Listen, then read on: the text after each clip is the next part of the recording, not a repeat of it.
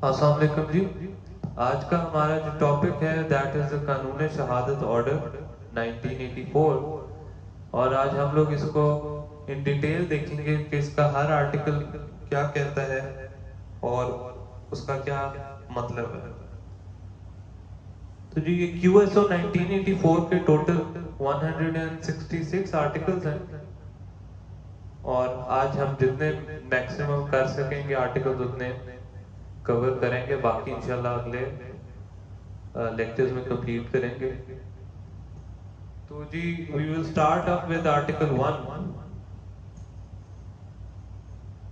جیسے کہ آپ لوگ جانتے ہیں article 1 is basically short title extent and commencement, اور اس کے اندر ہم لوگ نے خالی 3 چیزیں دیکھنی ہیں.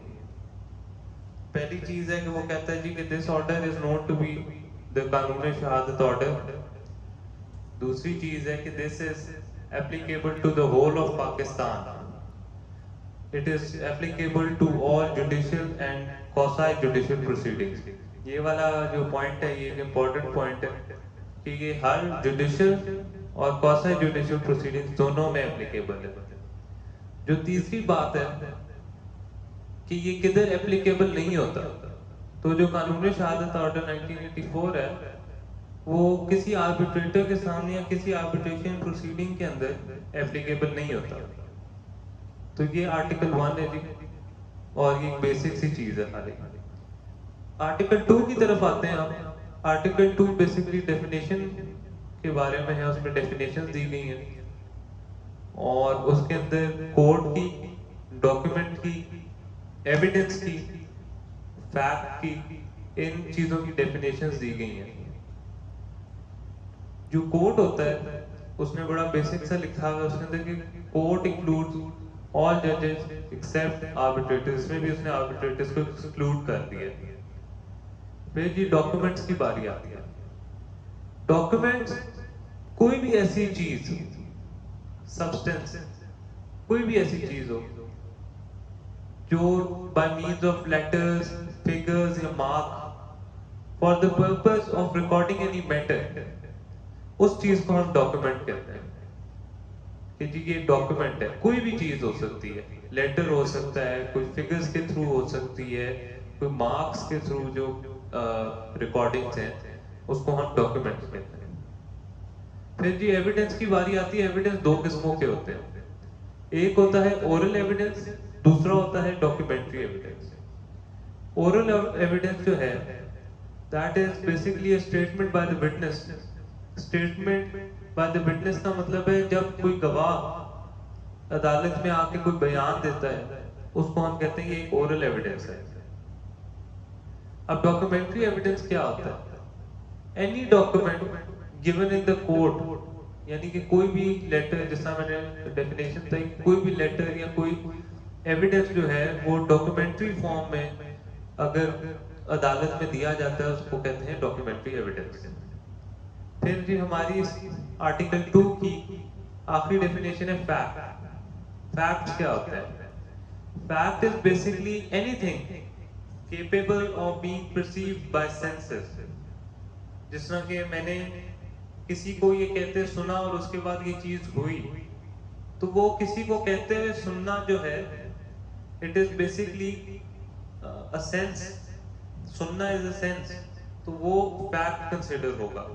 یا اس نے کسی کو کچھ کہا وہ بھی فیکٹ ہی کنسیڈر ہوگا کیونکہ وہ اس نے بائی مینز آف سینس کہا، تو he said something is also a fact. اچھا جی اب ہم آ جاتے ہیں آرٹیکل 3 کی طرف. یہ پہلے دو تو ایک انٹروڈکٹری سے آرٹیکل سے کیو ایس او 1984 کے. اب ہم آ جاتے ہیں آرٹیکل 3 کی طرف. آرٹیکل 3 جو ہے وہ ہے who may testify. اس کا مطلب ہے کہ وہ کون سا شخص ہو سکتا ہے جو بطور وٹنس ایویڈنس دے سکے. تو اس کو ہم اگر دیکھیں تو آرٹیکل 3 اور آرٹیکل 17 جو ابھی ہم آگے جا کے پڑھیں گے اس کے اندر جو ایک چیز ہے وہ ہے کمپیٹنسی آف اے وٹنس. اس کی کمپیٹنسی فرق ہے اور آرٹیکل 3 کی کمپیٹنسی جو ہے وہ فرق ہوگی. اب آپ دیکھیں آرٹیکل 3 جو ہے who may testify والا جو ہے وہ کہتا ہے کہ every person can be a competent witness، یعنی کہ کوئی بھی شخص جو ہے وہ competent witness ہو سکتا ہے، بے شک وہ مسلمان ہو نہ ہو، وہ میل ہو وومن ہو، وہ بے شک مائنر ہو، تو وہ کہتا ہے کہ کوئی بھی any person can be a competent witness, لیکن اس کے آگے اس نے 2 کنڈیشنز لگائی ہیں، if he can understand the question and give rational answer to those question. تو ہم نے کیا دیکھنا ہے کہ اگر وہ شخص سمجھ سکتا ہے اس سوال کو اور اس کا ریشنل آنسر دے سکتا ہے تو ہی از اے کمپیٹنٹ وٹنس۔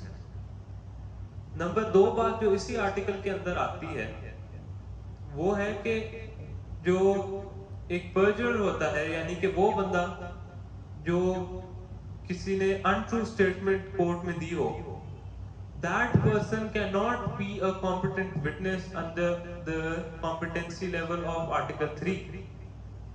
لیکن if the court is satisfied کہ that person has repented and mended his ways, then his evidence can also be considered. لیکن that is a discretion of the court، اور اس کے لیے پہلے یہ سیٹسفائی کرنا ہوتی ہے 2 کنڈیشنز کے، ایک تو بندے نے ریپینٹ کیا ہو اور secondly he has mended his ways۔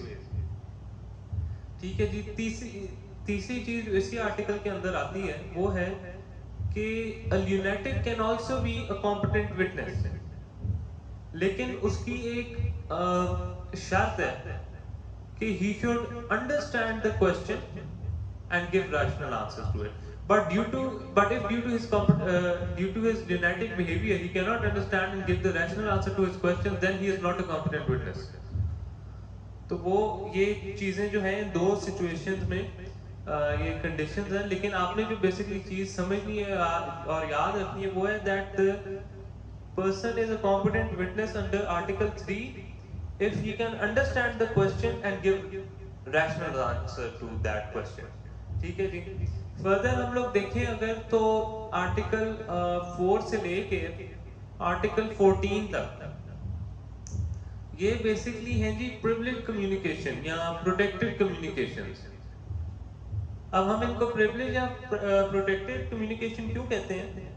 اس کی وجہ یہ ہے کہ یہ وہ کہہ لیں بینیفٹ کہہ لیں کسی کو ہے، جو ابھی ہم پڑھیں گے آرٹیکلز کو، کہ وہ they are not answerable to any questions as to their conduct یا as to their proceedings۔ تو اگر ہم لوگ دیکھا جائے آرٹیکل 4 کو، آرٹیکل 4 جو ہے وہ ججز اینڈ مجسٹریٹس کے بارے میں ہے، اور اگر ہم لوگ آرٹیکل 4 کو پڑھیں تو اس کے اندر یہی چیز لکھی ہوئی ہے کہ no judge or magistrate is answerable to any question as to his conduct in the court۔ ہاں لیکن یہ ہے کہ ایک تو یہ پریویلیج تو دی ہی گئی ہے QSO 1984 کے اندر آرٹیکل 4 میں ججز اور مجسٹریٹ کو، لیکن اس کے ساتھ یہ بھی ہے کہ اگر کوئی اسپیشل آرڈر آ جائے ہائر کورٹ سے جس کورٹ نے دی ہے ججمنٹ، اور and he is subordinate to that court, he is answerable to that court, یعنی کہ اگر کوئی ہائر کورٹ جو اپنے لوور کورٹ کو کہے کہ آپ نے you are answerable to the question as to the conduct، یعنی کہ as to the judgment you have given in the court، تو it is bound، وہ bound ہے کہ وہ اپنے ہائر کورٹ کو وجہ بتائے کہ اس نے اپنا یہ کنڈکٹ کیوں کیا۔ اسی طرح ہم لوگ آرٹیکل 5 کے اندر آ جاتے ہیں، کمیونیکیشن ڈیورنگ میرج ہے، اس کے اندر ہے کہ no person shall disclose the communication made during the marriage۔ پھر آرٹیکل 6 آ جاتا ہے evidence as to state affairs, article 7 ہے جی official communication and so on. اب یہ جو ہے یہ بیسیکلی ہے کہ آپ جب if you are government servant اور آپ کسی ادارے کو ہیڈ کر رہے ہیں، یا آپ کے پاس کوئی اسٹیٹ سے ریلیٹڈ کوئی آپ کے پاس ایویڈنس وغیرہ ہے، تو you have the privilege that you are not answerable to those questions۔ اب وہ ایکسیپٹ جس طرح میں نے اب ججز اینڈ مجسٹریٹ والے میں بتایا آپ کو کہ سینئر کورٹ جو ہے اگر وہ کہے then he is answerable to it as well۔ ٹھیک ہے جی. پھر ہم لوگ اگر آ جائیں تو آرٹیکل 9 کے اندر وہ ہے پروفیشنل کمیونیکیشن. پروفیشنل کمیونیکیشن ہمارے کیس میں یہ ہے جی کہ ایڈوکیٹ اور کلائنٹ کا جو ایک ریلیشن ہے اس کے اندر جو کمیونیکیشن ہوتی ہے وہ کلائنٹ اور ایڈوکیٹ کے درمیان ہی رہنی چاہیے. یہ نہ ہو کہ آپ سب کو آپ عدالت میں بھی جا کے وہ والی باتیں کرتے ہیں جو آپ کو کلائنٹ نے آپ کو بتائی ہوں جو کہ ضروری باتیں ہیں اور جو ڈسکلوز نہیں کرنی چاہیے, جس کی ڈسکلوز کرنے سے آپ کو کلائنٹ کو نقصان ہو سکتا ہے, یا کلائنٹ آپ کے بارے میں ایز ایڈوکیٹ آپ کے بارے میں جا کے کچھ غلط بیان دے دے. تو جو پروفیشنل کمیونیکیشن ہے ایک ایڈوکیٹ اور کلائنٹ کے درمیان, that should not be disclose. تو یہ ایک پریویلیج کمیونیکیشن ہے, اور یہ آرٹیکل 14 تک ساری پریویلیج کمیونیکیشن ہی ہیں. پھر جی آ جاتی ہے پروٹیکشن اگینسٹ انکریمنیٹنگ کوسچنز. آرٹیکل 15 جو ہے, ہم آرٹیکل 15 کے بارے میں پڑھتے ہیں. آرٹیکل 15 ہے جی witness not excused from answering on grounds that the answer will criminate. اب کیا ہوتا ہے جی انکریمنیٹنگ کوسچن؟ انکریمنیٹنگ کوسچن وہ ہوتا ہے جدھر انسان جو وٹنس ہے اس نے بھی کچھ غلط کیا ہے, whereas اس سے بڑا جرم جو ہے وہ اس پوائنٹ ان ٹائم پہ ہوا ہے, اور جو ایویڈنس ہے یعنی کہ جو وٹنس ہے وہ شخص ہے جو کوئی غلط کام کرنے گیا تھا. So incriminating question is the one where the person has done a wrong, whereas in the same case he is also the witness. اب کورٹ کیا کہے گا؟ اب انکریمنیٹنگ کوسچن تو ہے نا جی, اب وہ عدالت اس سے پوچھا آپ ادھر کیا کر رہے تھے, تو وہ یہ تو نہیں نا کہے گا کہ میں چوری کرنے گیا تھا جی اور میں نے وہاں پہ فلانی گڑبڑ ہوتے ہوئے دیکھ لی جو کہ میرے سے بڑا ایک جرم ہے. تو وہ کورٹ کہے گی کہ آپ وٹنس آپ بطور وٹنس ایویڈنس دیجیے, and that you will not be held liable for the actions.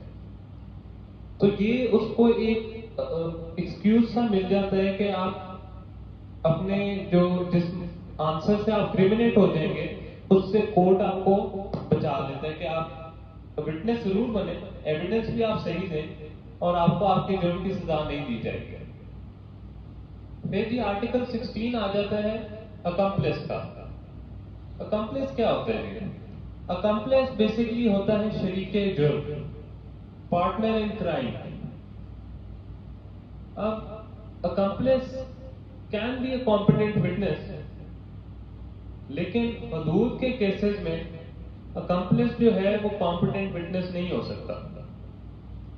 ٹھیک ہے جی, حدود کے خاص طور پہ حدود کے کیسز میں اکمپلیس جو ہے وہ کمپیٹنٹ وٹنس نہیں ہو سکتا. ابھی ہم آرٹیکل 17 کو پڑھیں گے, اس کے اندر آپ کو یہ ساری چیزیں کلیئر ہوں گی, کیونکہ آرٹیکل 17 جو ہے that is basically about the competency and number of witnesses. تو اس کی کمپیٹنسی, اور بڑے لوگ کنفیوز ہوتے ہیں آرٹیکل 3 اور آرٹیکل 17 کی کمپیٹنسی میں, ان دونوں کی کمپیٹنسیز جو ہے وہ فرق ہے.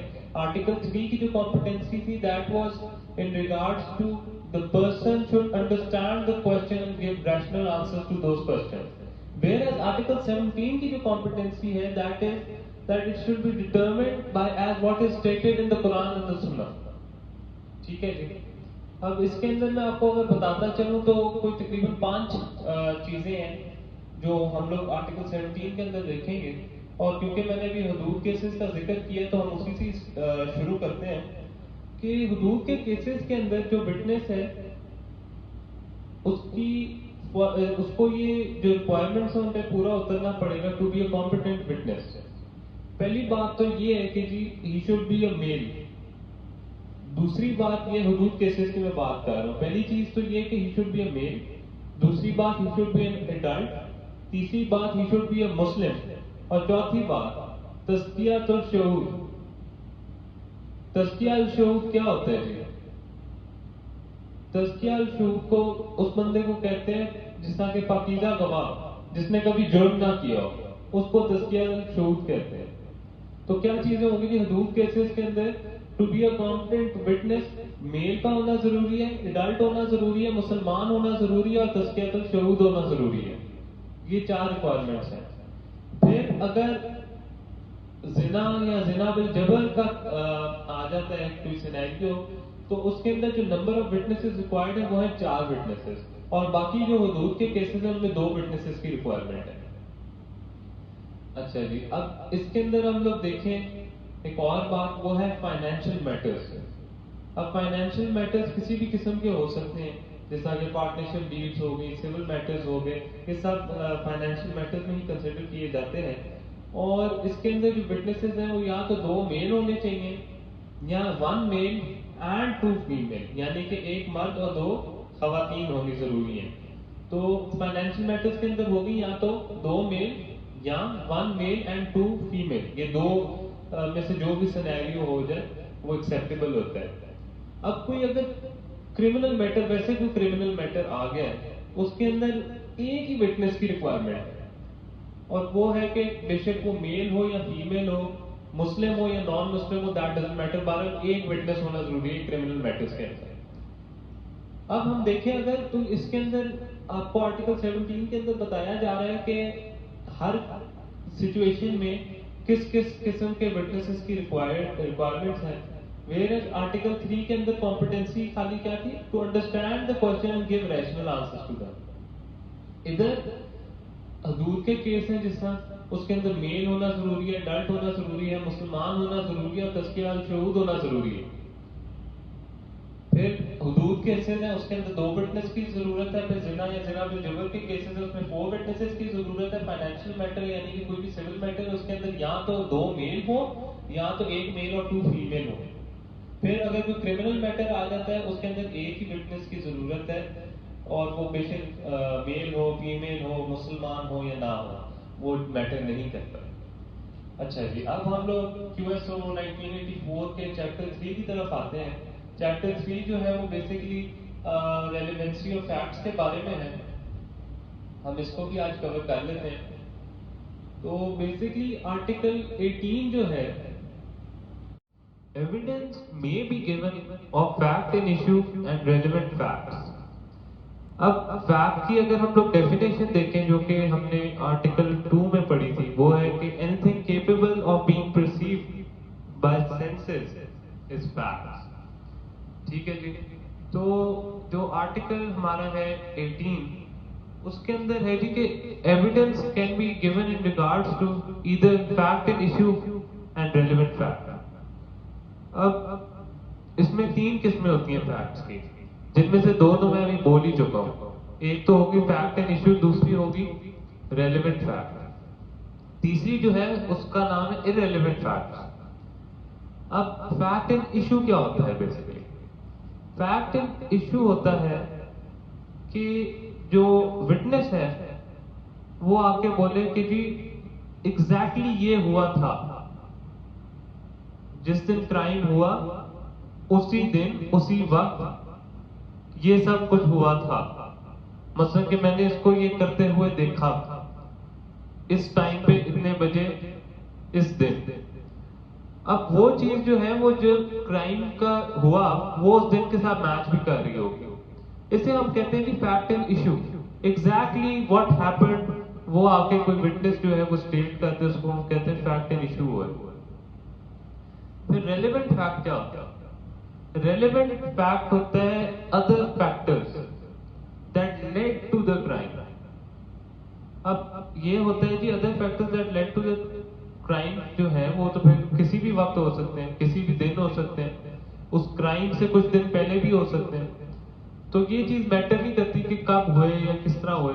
جس طرح کہ اگر کسی بندے نے آ کے کہا جی کہ میں نے اس کو دیکھا تھا کہ وہ اس کی نیت تھی کہ وہ کہہ رہا تھا، علانیہ کہہ رہا تھا کہ جی میں فلانے کو چھوڑوں گا نہیں، میں اس کے ساتھ یہ کروں گا، میں اس کے ساتھ وہ کروں گا، میں اس کو فلانی چیز کہوں گا، اور واقعی وہی چیز 2 دن کے بعد ہو جاتی ہے.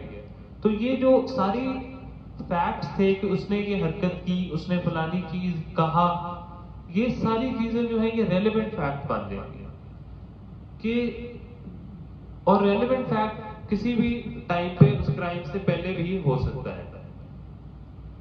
جو ارریلیونٹ فیکٹ ہے اس کے بارے میں اتنا کہوں گا کہ ارریلیونٹ فیکٹس کی آگے کچھ کنڈیشنز وغیرہ آ جاتی ہیں، لیکن اگر اس کو ایک بیسک دیکھیں، کیونکہ جی لا کے اندر ایک جنرل رول ہوتا ہے, آگے اس کی ایکسیپشنز بھی ہوتی ہیں.